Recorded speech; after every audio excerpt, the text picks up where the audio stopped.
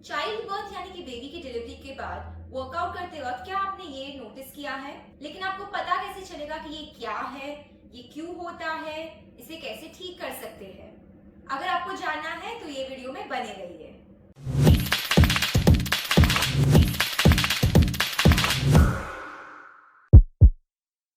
Hello friends, मैं हूं doctor Dhwani Jain and welcome back to my channel health and wealth. जो previous picture हमने देखी थी उसे कहते हैं बल्जिंग। ये यूजुअली डायस्टेसिस रेक्टाई की वजह से होता है। अब ये डायस्टेसिस रेक्टाई क्या होता है? आपने सिक्स पैक मसल तो सुना होगा। सिक्स पैक मसल का एनाटॉमिकल टर्म है रेक्टस एब्डोमिनिस। ये मसल हमारे पेट के आगे की तरफ यहाँ पर होता है, नेवल के राइट साइड एंड नेवल के लेफ्ट साइड, यानी कि दो स्ट्रिप्स होती है। और ये मसल को जो ज्वाइन करता है वो एक लाइन होती है, उसे हम कहते हैं लीनिया एल्बा। अब प्रेगनेंसी के दौरान क्या होता है, हमारा पेट बड़ा होता है जिसकी वजह से हमारे मसल यानी कि रेक्टस मसल स्ट्रेच होते जाता है।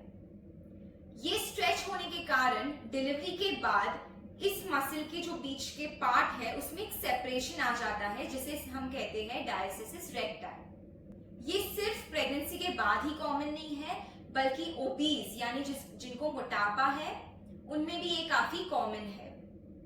सो इन शॉर्ट, डायस्टेसिस रेक्टाई का मतलब है रेक्टस एब्डोमिनिस मसल का सेपरेशन जो कि स्ट्रेचिंग एंड वीकनेस की वजह से हो सकता है। अगर आपको ये चेक करवाना है तो सबसे बेस्ट ऑप्शन तो डेफिनेटली फिजियोथेरेपिस्ट ही है। तो अगर आपके आसपास कोई फिजियो है तो आप वहां पर जाके बताइए। अगर वो पॉसिबल नहीं है तो फिर आप ये कर सकते हैं, आपको इस तरह लेट जाना है। अब आपको दो फिंगर नेवल के ऊपर रख के हेड एंड शोल्डर्स ऊपर लाने हैं। फील इट कि आपके फिंगर्स डिग हो रहे हैं या फॉर्मली प्लेस्ड है, एंड रिलैक्स। अगर आपके फिंगर्स डिग नहीं हो रहे हैं दैट मीन्स आपको डायस्टेसिस रेक्टाई नहीं है, लेकिन आपकी टू फिंगर्स अगर डिग हो रहे हैं अंदर, आपको सेपरेशन फील हो रहा है मसल का, दैट मीन्स आपको डायस्टेसिस रेक्टाई है। सिमिलरली आपको क्या करना है, ये सेम प्रोसीजर नेवल के कुछ इंचेस ऊपर और नेवल के कुछ इंचेस नीचे भी सेम चीजें करनी है।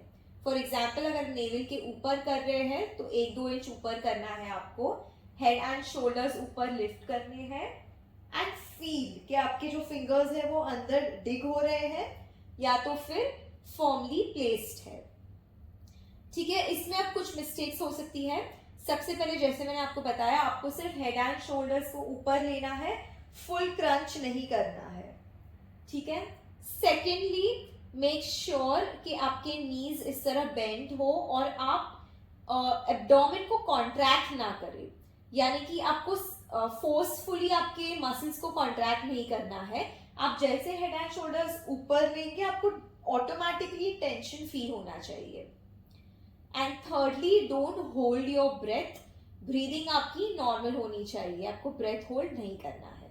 आगे बढ़ने से पहले आप वीडियो को पॉज कीजिए और ये टेस्ट कीजिए एंड चेक कीजिए वेदर आपको डायस्टेसिस रेक्टाई है या नहीं, और अगर है तो मुझे कमेंट में बताइए ताकि मैं आपको हेल्प कर सकूं।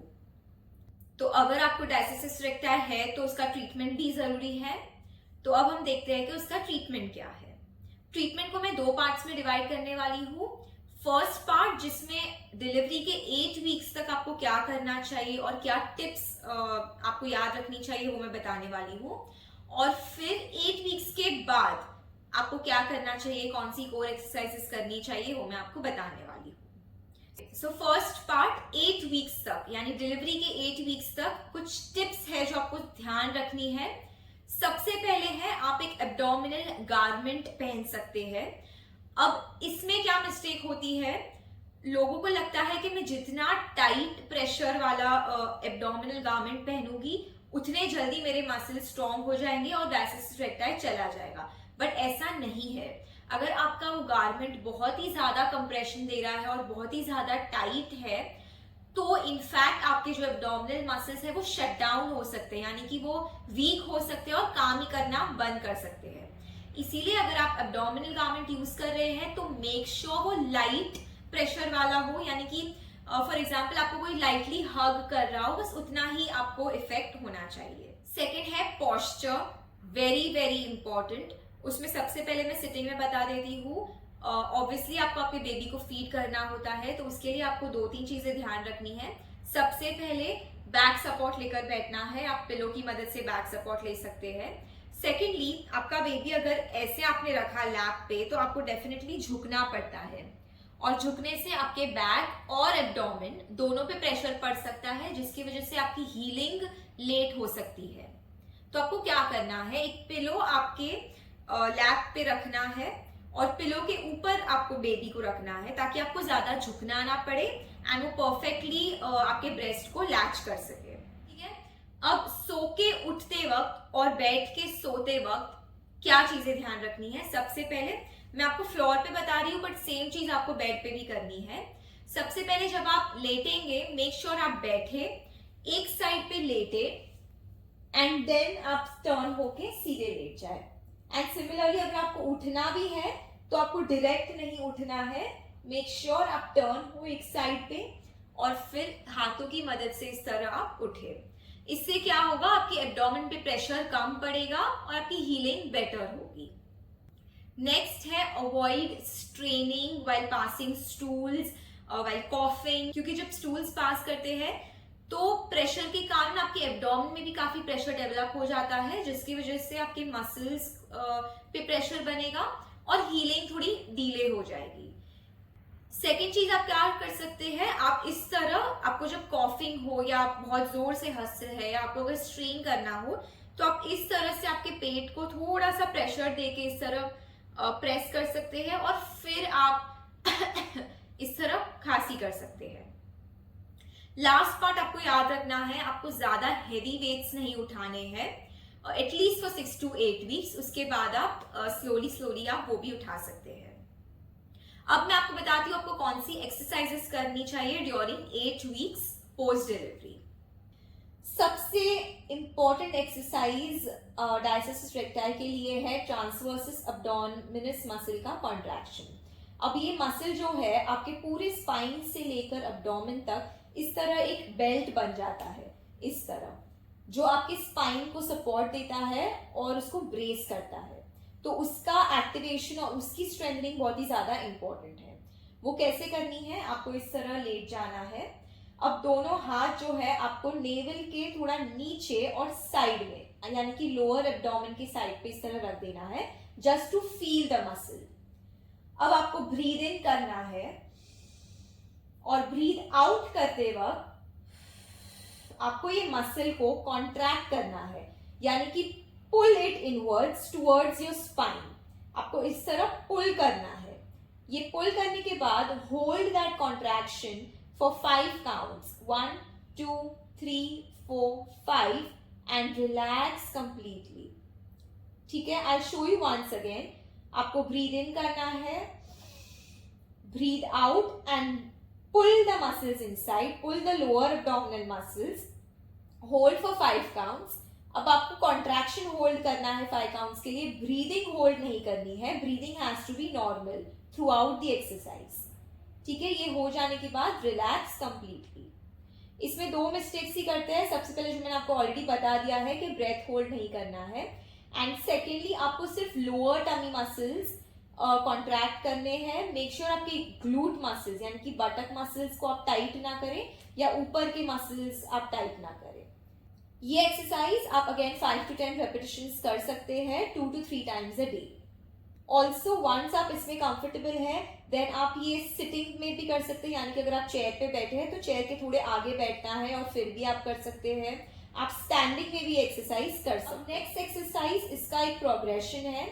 इसमें आपको क्या करना है, सेम चीज रिपीट करनी है। Breathe in, breathe out and pull the muscles in. And अब आपको आपकी पेल्विस को टिल्ट करना है इस तरह, यानी कि आपकी बैक जो है पूरी फ्लैट हो जाएगी, एंड देन रिलैक्स। ठीक है, अगेन आप देख लीजिए, मैं आपको फास्ट मूवमेंट एक बार बता देती हूँ, इस तरह।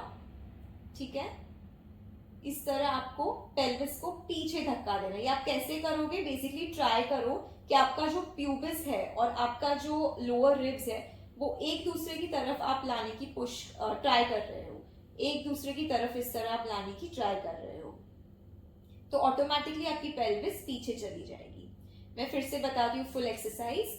Breathe in, breathe out and टक योर टमी इन, यानी कि आपको मसल्स को लिफ्ट करना है नीचे की तरफ, and then try to tilt your pelvis. Hold this for 5 counts, breathing normal and then relax slowly. Again 5 to 10 repetitions के लिए करना है 2 to 3 times a day. Last exercise, again इसका प्रोग्रेशन है। सिमिलरली आपको ब्रीद इन करना है, breathe out and hold the contraction, and यानी कि आपकी टमी टक करना है। अब ये करते हुए आपको आपकी हील स्लोली एक एक पैर की नीचे करनी है एंड फिर स्लोली ऊपर करनी है एंड रिलैक्स। याद रखिए हील डाउन एंड अप करते वक्त कॉन्ट्रैक्शन आपका मेंटेन रहेगा, ब्रीदिंग नॉर्मल रहेगी। फिर से बताती हूँ अभी इस लेग के लिए। Breathe in, breathe out and contract the muscles. अब हील धीरे से आपको स्लाइड करते हुए नीचे लेके जानी है एंड फिर धीरे से ऊपर लेकर आनी है एंड रिलैक्स। ये आपको ईच साइड 5 to 10 रेपिटेशंस के लिए करना है। तो ये सारी एक्सरसाइजेस आपको डिलीवरी के 6 to 8 वीक्स तक करना है। अब 8 वीक्स के बाद जो एक्सरसाइजेस करनी है उसके लिए मैं दूसरी वीडियो बनाने वाली हूँ, आपको नेक्स्ट वीक चेक कर सकते हैं। अगर आपको इस टॉपिक के बारे में कोई भी डाउट्स है या तो फिर आपको ऑनलाइन ट्रीटमेंट लेना है इसके लिए, तो आप जरूर मुझे कमेंट बॉक्स में कमेंट कीजिए या मुझे डायरेक्टली मेरी ईमेल आईडी पे भी ईमेल कर सकते हैं।